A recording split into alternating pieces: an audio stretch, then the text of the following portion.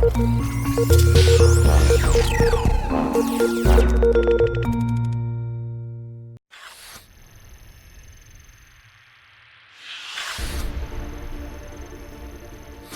началу XV века в Золотой Орде наметились центробежные тенденции, началась междоусобная борьба за власть, и именно так развивались события в Крымском Улусе. И победителем в этой борьбе междоусобной вышел Хаджи Герай, который смог в 1441 году создать независимое Крымское ханство. А в этом государстве ислам занял господствующее положение, и его позиции еще больше укрепились в 1475 году, когда Крым становится вассалом Османской империи. Не будем забывать о том, что османский султан был в то же время халифом всех правоверных. И поэтому регулирование жизни на основе шариата оно стало приобретать доминирующую позицию на территории Крымского ханства. За время существования Крымского ханства ислам смог создать, укрепить свои позиции в совершенно разных сферах общества и создать разветвленную сеть мусульманских учреждений, иерархий духовных, религиозных деятелей, определить основные контуры и основные вехи в развитии крымско-татарской культуры того времени. Не имея возможности в рамках этой краткой лекции остановиться на всех этих моментах, мы обозначим лишь несколько. Поговорим об мусульманских учреждениях и об иерархии религиозных деятелей в Крымском ханстве. Нужно сказать, у нас есть хорошие документальные источники, которые позволяют говорить о масштабах распространения мусульманских учреждений в период Крымского ханства. Камеральное описание Крыма, которое было выполнено в 1784 году, сразу после его присоединения к Российской империи, дает нам следующую статистику. В Крыму на тот момент было более 1500 мечетей, было 25 медресе, было более 20 текие, то есть монастырей, и несколько десятков крупных школ, в которых преподавались азы ислама. То есть можно себе представить масштабы распространения этой сети религиозных учреждений на территории Крымского ханства. Если говорить о мечетях, то мечети делились на 3 основных типа. Были общегосударственные мечети, такие, например, как Бахчисарайская Великая Ханская мечеть, либо Бьюк-Джами в Феодосии. А были мечети соборные, то есть те, которые объединяли несколько мусульманских приходов, общин, и которые служили главным образом для того, чтобы мусульмане совершали пятничные либо праздничные намазы. И были, конечно, приходские мечети, которых было больше всего на территории Крымского ханства. То есть каждый приход, каждая махалля в Крымском ханстве имела свою мечеть, которая обслуживала нужды мусульман, каждодневные нужды мусульман. Нужно отметить, учитывая этот важный факт важности исполнения такой обязательной нормы в исламе, как намаз пятикратный, то, конечно, крымские мусульмане очень трепетно относились, в каком состоянии находятся мечети, очень большое внимание уделяли тому, чтобы они были в должном состоянии, жертвовали средства на то, чтобы поддерживать это в таком состоянии. И это действительно объясняет, почему такое количество мечетей, и часть из них, конечно, дошла до нашего времени. В Крымском ханстве была широкая сеть образовательных учреждений. Они были 2 степеней. То есть были мектебы, то есть начальные школы, которые, как правило, существовали при мечетях.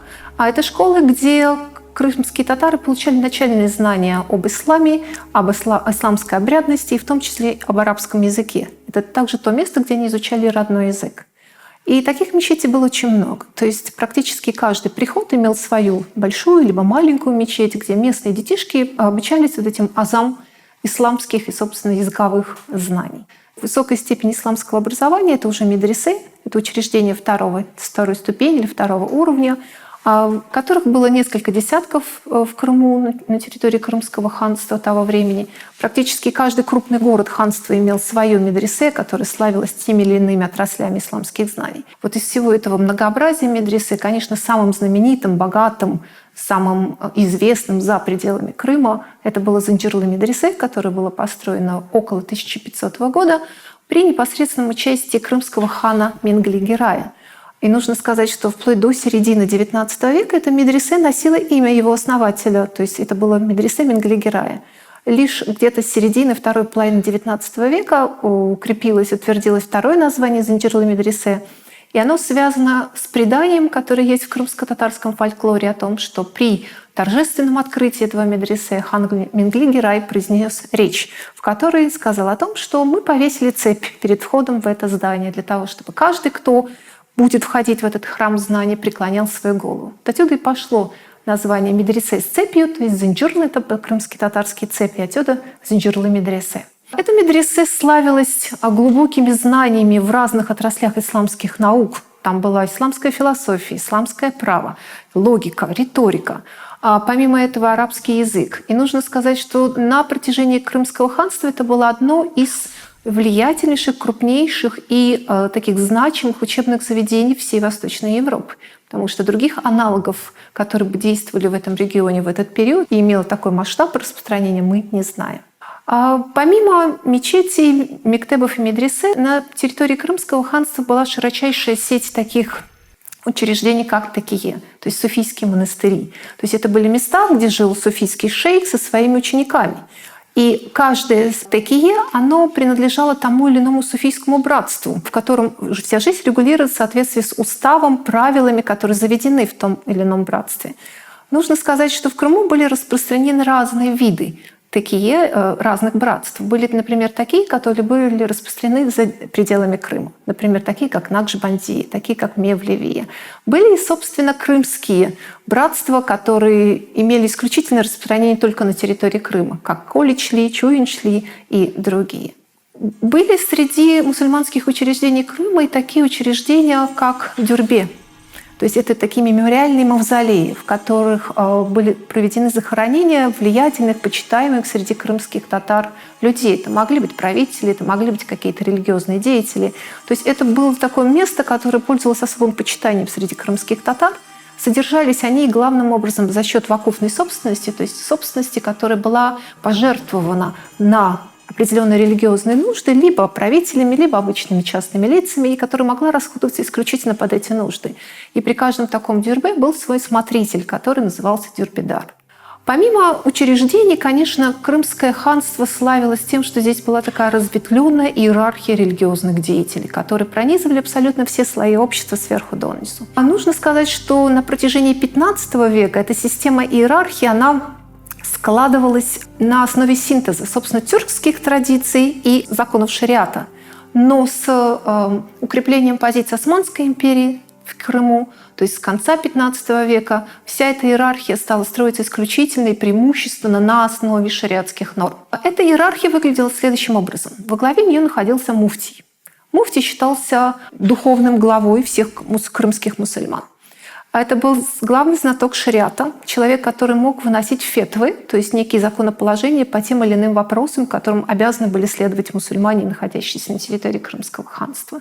Это был человек, который считался главным вот таким богословом, который имел право трактовать богословские вопросы, в том числе вопросы, связанные с правом, с образованием и так далее. Резиденция муфти находилась в Кефе, это современная Феодосия, и муфти непосредственно отвечал перед шейх-уль-Исламом в Стамбуле. То есть у него начальство находилось там. Вслед за муфтием был кади аскер. Кади аскер, то есть, что дословно означает «войсковой судья». То есть, учитывая, что Крымское ханство активно участвовало в военных кампаниях и походах, то потребность в таком человеке, конечно, была значительной, потому что он должен был сопровождать войско в походе и следить за тем, чтобы все, что происходило во время военной кампании, соответствовало основам ислама.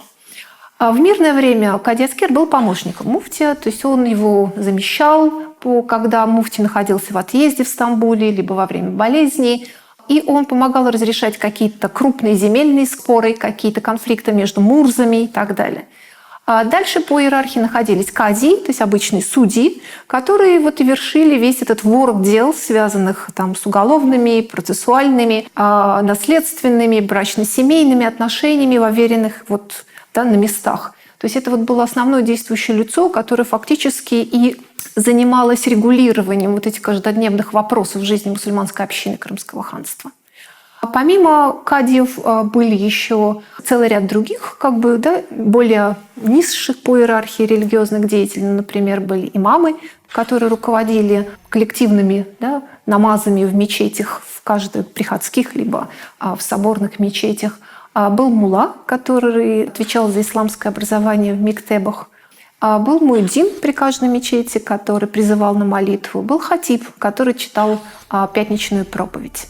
То есть мы видим, что за время существования Крымского ханства появилась эта огромная когорта религиозных деятелей, каждый из которых занимал свою какую-то нишу, который знал четко обозначенные функции. И эта вся иерархия, она четко работала по неким правилам, которые были неписанными, да, но которые соблюдались всеми.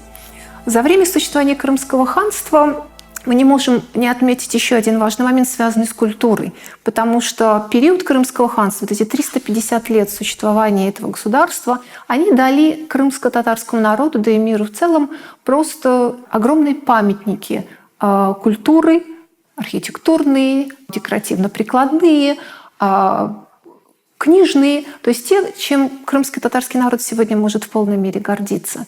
Нужно сказать, что в культуре крымских татар того периода было влияние очень разных веяний. Да? То есть это было влияние золотоордынской культуры, влияние турецкой, османской культуры, влияние византийской культуры. Кроме того, было очень заметно влияние европейские, романские, да, ренессансные стили, которые пришли вместе с итальянцами в Крым. Они тоже внесли свою лепту вот в формирование этой мозаики крымско-татарской культуры. В целом, если говорить о том, что представляет собой крымско-татарская культура того периода, то это синкретизм. То есть где строгие исламские нормы, они очень гармонично сочетались вот с какими-то внешними веяниями с разных направлений, которые испытывал Крым в тот период.